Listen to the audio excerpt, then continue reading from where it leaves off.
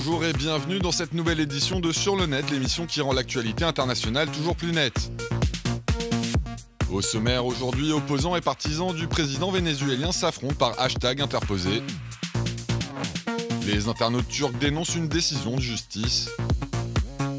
Et le collectif Dude Perfect dévoile une nouvelle vidéo.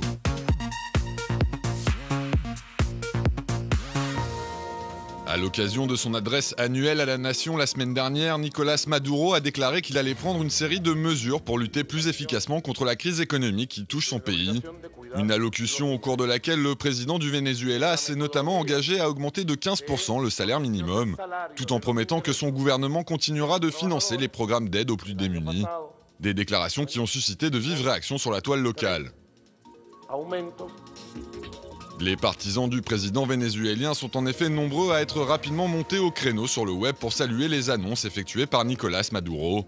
Des internautes qui font généralement usage du hashtag Maduro le cumple al pueblo, qui signifie en français Maduro est au service du peuple, pour afficher leur soutien à l'homme fort du pays et louer son sens de l'intérêt général. Des adeptes des réseaux sociaux qui, tout en vantant les mérites de leur champion, n'hésitent pas à accuser ouvertement l'opposition de saboter systématiquement les efforts entrepris par Maduro pour sortir le Venezuela de la crise. Des critiques auxquelles les détracteurs de Nicolás Maduro n'ont pas tardé à répondre en investissant à leur tour les réseaux sociaux, à l'aide des mots-clés « que renuncie en la haine », qui peuvent se traduire par qu'il remette sa démission à l'Assemblée nationale. Des milliers d'opposants au président multiplient ainsi les messages fustigeant les mesures économiques proposées par le gouvernement pour sortir de la crise. Des internautes qui estiment que leur pays ne pourra jamais retrouver le chemin de la croissance tant que Maduro n'aura pas quitté ses fonctions.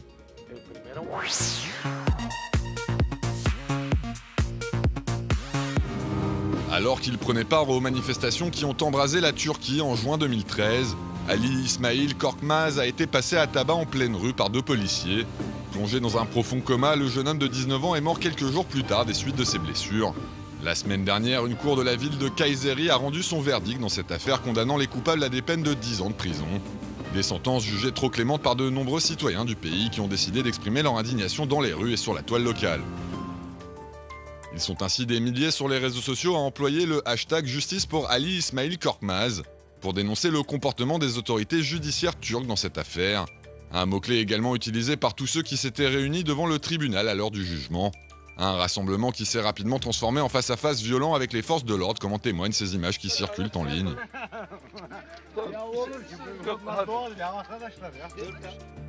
De son côté, Amnesty International s'alarme dans cet article des conditions dans lesquelles s'est déroulé le procès, en dénonçant notamment le fait que la procédure n'a pas été impartiale. L'ONG souligne ainsi que les deux policiers ont été condamnés pour blessures ayant entraîné la mort, et non pour homicide volontaire. Un chef d'inculpation qui aurait fait encourir une peine de prison à vie aux gardiens de la paix. D'autres ont quant à eux préféré exprimer leur solidarité à l'égard du disparu en musique. C'est notamment le cas de ces deux jeunes hommes qui ont mis en ligne sur YouTube une chanson il y a quelques jours pour saluer la mémoire d'Ali Ismail Korkmaz et faire en sorte que son histoire ne sombre pas dans l'oubli.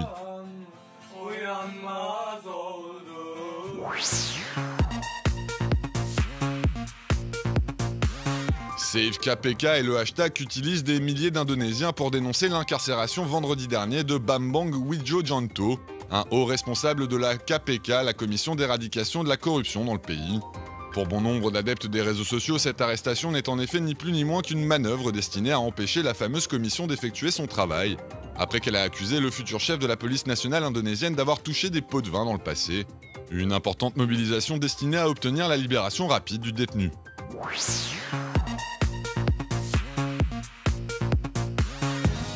Prendre en photo des femmes pratiquant la pole dance, cette discipline qui mêle danse et acrobatie autour d'une barre verticale, alors qu'elle se trouve sous l'eau.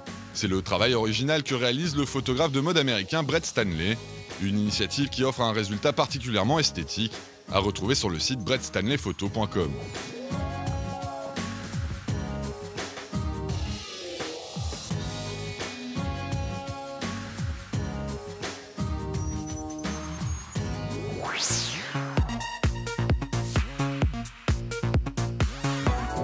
Le dessinateur tchèque Christian Mensa, plus connu sous le pseudonyme de Mr. Chris, s'amuse régulièrement à insérer des détails loufoques ou des petits personnages dessinés au crayon dans des photos de paysages ou d'objets du quotidien.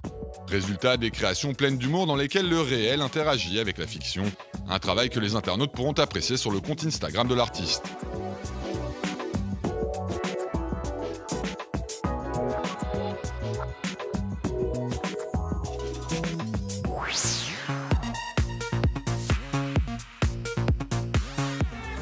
Spécialiste des trickshots, c'est-à-dire des tirs dans des positions improbables avec toutes sortes de balles et de ballons, l'équipe des Dude Perfect a récemment mis en ligne une vidéo dans laquelle elle fait une nouvelle démonstration de son talent.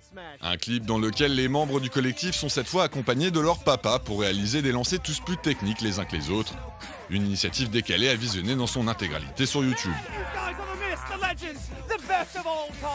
My dad's about to nail a three-point soccer smash. You look great, by the way. If they knock you down, you should get up. Salute to the future. Warrior, keep your head up, 'cause you're